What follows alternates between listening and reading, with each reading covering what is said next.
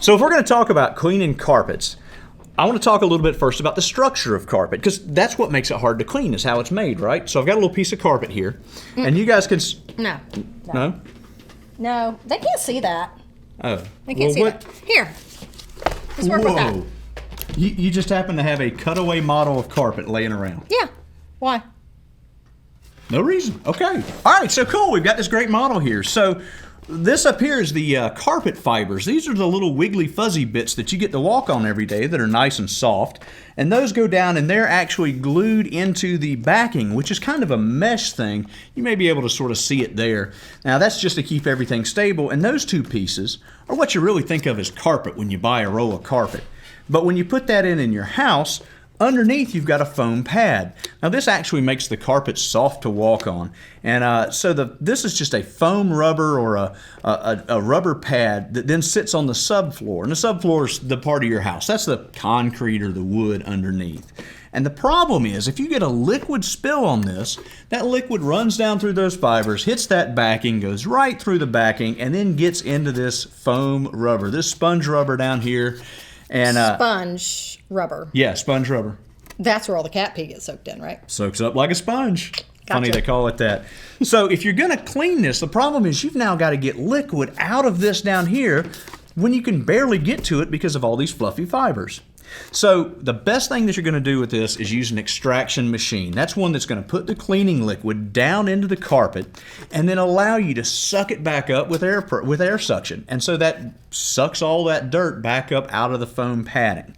Now, what do you use when you clean up Mr. Tinkle's spots? I own an extracting machine. You actually own an extractor? Okay. Oh, yeah. Yeah, and just having pets in general, we've always had one, but that makes sense. It's a necessity, whenever he's in the house. So gotcha. What kind of chemicals do you use in it? Actually, I use our 3-in-1 carpet cleaner. Shocked. I'm shocked. I know, but you know why? Because it works really well. Well, it does work really well. We have 4 patents on that stuff. Yeah. What we talked about earlier is the OxyPet stain remover. I use that, as a spot cleaner in the beginning, and then I'll go back with the extracting machine with the 3-in-1 cleaner in it, and I'm telling you, it's like a 1-2 punch. It's knocked out. It's great. Those 2 formulas actually have some interaction. The Pet Oxy Spot Cleaner and the 3-in-1 carpet work better together than they do apart. Now, they work great apart, but you get some chemical interaction with them.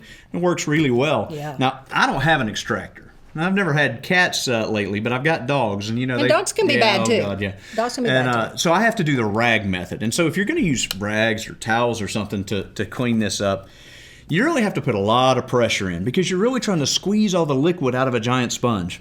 And so you throw the rags down, add a lot of pressure. I actually stand on them, so you squish the rags. That's a lot of pressure. Har. And so you keep swapping out the rags and standing on them until the rags start coming out dry and you're not getting any more liquid out. Then you have to add the cleaning liquid, spot cleaner, or the 3-in-1, and do the same thing. Cycle the rags out so you make sure that you're getting all the liquid back out of the carpet. Yeah. Now, you said Mr. Tinkle's pees and spots. Does he have particular spots he always goes to, or is he a surface peer? Covers everything? Well, yeah, he has his spots. Luckily, there's just like 1 or 2 that he's limited to. Okay. He's restricted in the house when he comes in because he stays on the porch most of the time. Some animals do that. Once they pick out a spot, that's going to be their spot. Now, part of that is because they have a much better sense of smell than we do, of course. And so they smell things in the carpet that we can't smell. And so if you've got an animal that keeps coming back and peeing in the same spot, you probably want to look at enzyme cleaners. The active enzymes actually break down those compounds that we can't smell, but they can. Now, some of the enzyme cleaners need to sit there until they dry. Some of the enzyme cleaners need to be wet extracted, but almost all of them, the thing they have in common is they need dwell time. Now, dwell time is you put the chemical on the carpet and you let it sit. That dwell time is letting it sit there.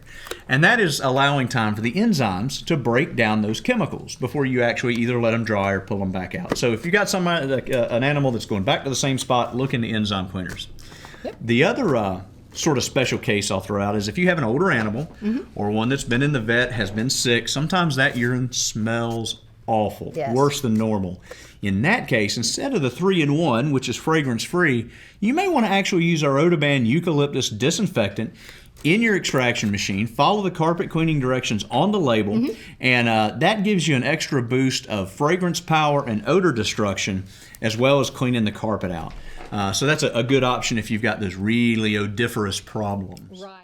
Thanks for watching this episode of the Odo Show on YouTube. And if you like what you saw, be sure to subscribe to our channel and hit that bell button so that you always have a notification of when we're on. We're kicking out great cleaning content all the time. So until next time, make life fresh.